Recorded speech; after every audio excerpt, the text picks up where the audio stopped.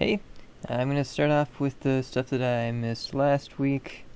It's my documentation, um, and I just have I have this little getting started section that it's mostly code examples.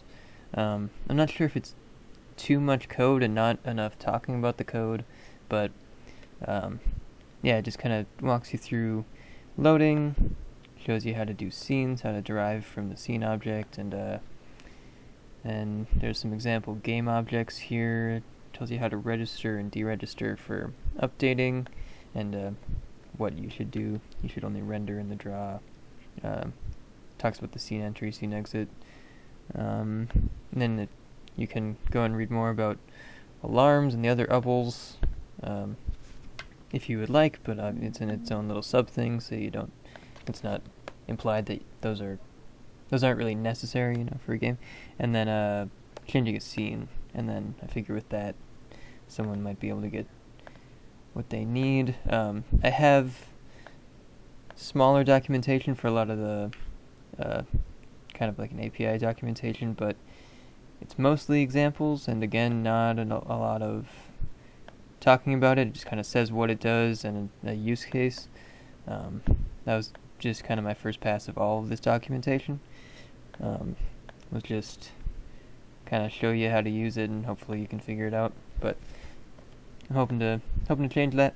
And I don't have sprites in yet because I did the sprites after I did the documentation. So, but I do have sprites in the engine. So I've got loading a flim sprite here. I got the alien and Stitch, and you just give it the string, and it knows what to do on the inside. It just, does this big guy, so the user doesn't have to do it.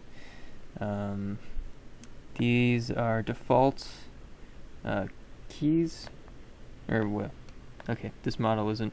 I'll change that. But this corresponds to a default key inside of the shader manager that was loaded earlier. And yeah, all the methods to change the attributes of the sprite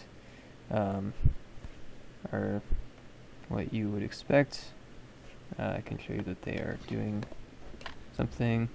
This guy's growing, Stitch is spinning, he's moving, and they do not draw over the 3D objects in dead space. So the last thing I'll show you is why they don't. It's because I did the lazy approach, where you just draw all of the 3D things, and then you start at the beginning and draw all the 2D things. Yeah, I'll be wanting to do it the other way with sprite layers eventually, but didn't get there this week. I think that's it. Thanks.